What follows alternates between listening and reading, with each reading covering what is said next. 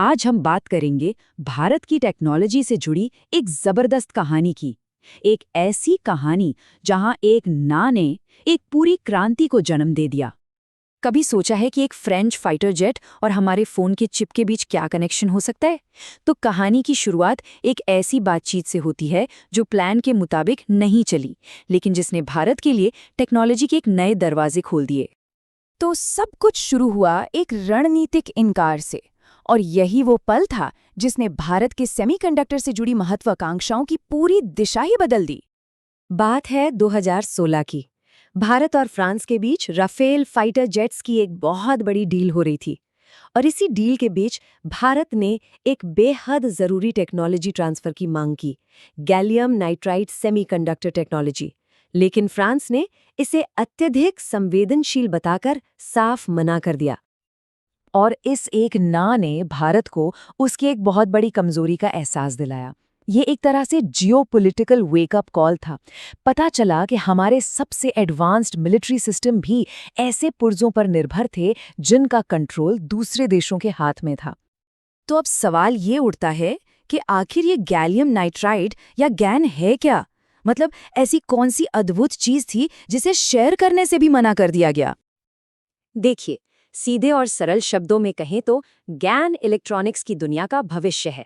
ये एक ऐसा सेमीकंडक्टर मटेरियल है जो पारंपरिक सिलिकॉन के मुकाबले कहीं ज्यादा वोल्टेज, गर्मी और फ्रीक्वेंसी झेल सकता है। इसको समझने का एक बहुत अच्छा तरीका है। मान लीजिए अगर सिलिकॉन एक भरोसेमंद फैमिली कार है जो प्रैक्टिकल है, किफ़ायती है और हर जगह दिखती है, तो गैलियम नाइट्राइड एक फॉर्मूला 1 रेस कार का इंजन है। मतलब छोटे से पैकेज में जबरदस्त पावर, स्पीड और कमाल की एफिशिएंसी। और इस कमाल की परफॉर्मेंस के पीछे का राज है इसका बैंड गैप। गैलियम नाइट्राइड की बैंड गैप एनर्जी है 3.4 इलेक्ट्रॉन वोल्ट, जो सिलिकॉन के 1.1 ईवी से लगभग 3 गुना ज्यादा है। और यही वजह है कि ये इतनी ज्यादा पावर और गर्मी बिना किसी दिक्कत के संभाल लेता है। फ्रांस के इनकार के बाद भारत चुप नहीं बैठा। यहीं से शुरू होता है भारत के विकास का वो दशक जिसने सब कुछ बदल दिया। देखते हैं कि इस चुनौती का सामना कैसे किया गया। भारत ने एक पूरा इकोसिस्टम, एक पूरी पाइपलाइन तैयार की। इसकी शुरुआत हुई इंडियन इंस्टीट्यूट ऑफ साइंस यानी IISc में फाउंडेशनल रिसर्च से। फिर DRDO ने इसे स्ट्रैटेजिक तरीके से डेवलप किया। इसके बाद स्टार्टअप अग्नि सेमीकंडक्टर्स के जरिए इसे कमर्शियल रूप दिया गया, और आखिर में डिफेंस पार्टनर्स के साथ इसका प्रोडक्ट इंटीग्रेशन और फील्ड टेस्टिंग की गई। और ये समझना जरूरी है कि ये किसी एक लैब का काम नहीं था। इस पूरे मिशन को लीड कर रहे थे DRDO की दिल्ली वाली सॉलिड स्टेट फिजिक्स लैब यानी SSPL और हैदराबाद की GAT, मतलब एक कोऑर्डिनेटेड राष्ट्रव्यापी प्रयास था। इस पूरी उपलब्धि को SSPL की डायरेक्टर मीना मिश्रा ने बड़े ही खूबसूरत अंदाज में बयां किया।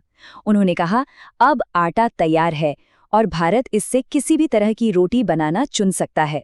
क्या बात है! मतलब अब हमारे पास वो बुनियादी चीज है जिससे हम कई तरह के एप्लीकेशंस बना सकते हैं। तो सवाल यही है, इस नए तकनीकी आटे से किस किस तरह की रोटी बन सकती है? इसका इस्तेमाल कहाँ कहाँ होगा? सबसे पहले और सबसे जरूरी, डिफेंस और एरोस्पेस। आज के जो मॉडर्न एसा रडार हैं, मिसाइल गाइडेंस सिस्टम हैं और इलेक्ट्रॉनिक वॉरफेयर प्लेटफॉर्म्स हैं, उन सब का दिल है गैन। इसका मतलब है सेना के लिए ज्यादा पावर, लंबी दूरी तक देखने की क्षमता और ऐसे भरोसेमंद सिस्टम जो किसी विदेशी कंट्रोल से आज़ाद हों। फिर आता है टेलीकॉम। 5G और आने वाले 6G बेस स्टेशंस के लिए जो हाई फ्रीक्वेंसी पावर एम्पलीफायर चाहिए होते हैं, वो गैन से ही बनते हैं। तो अगली पीढ़ी के हाई स्पीड कम्युनिकेशन नेटवर्क बनाने के लिए ये टेक्नोलॉजी बहुत ही ज्यादा जरूरी है। यही नहीं, क्लीन एनर्जी के सेक्टर में भी इसका बड़ा रोल है। इलेक्ट्रिक गाड़ियों के लिए छोटे, तेज और ज्यादा एफिशिएंट चार्जर या फिर सोलर इन्वर्टर। गैलियम की वजह से ये सब मुमकिन हो रहा है। मतलब कम एनर्जी बर्बाद होगी और डिजाइन भी कॉम्पैक्ट होंगे। और आखिर में अंतरिक्ष। गैन की खासियत है कि ये रेडिएशन और बहुत ज्यादा तापमान भी झेल सकता है। इसी वजह से ये सैटेलाइट कम्युनिकेशंस के लिए एक आदर्श मटेरियल है। मतलब अंतरिक्ष के मुश्किल हालात में भी भरोसेमंद परफॉर्मेंस। तो ये क्षमता हासिल करना वाकई एक बहुत बड़ा मील का पत्थर है।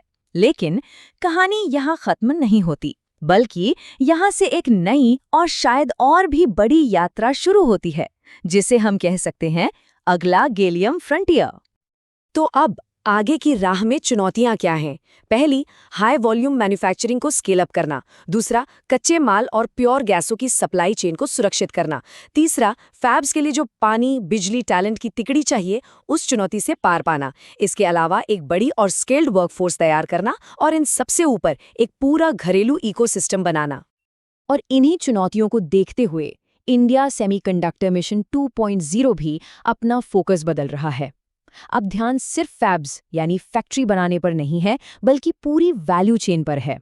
मतलब मटेरियल से लेकर इक्विपमेंट और डिजाइन तक सब कुछ। तो ये पूरी यात्रा हमें दिखाती है कि कैसे टेक्नोलॉजी देने से इनकार ने भारत को टेक्नोलॉजी में लीडर बनने की राह पर डाल दिया। अब आखिरी और सबसे बड़ा सवाल ये है, क्या भारत सिर्फ एक कंपोनेंट बनाने से आगे बढ़कर एटम से लेकर एक पूरा सेमीकंडक्टर इकोसिस्टम खड़ा कर सकता है? ये देखना वाकई दिलचस्प होगा।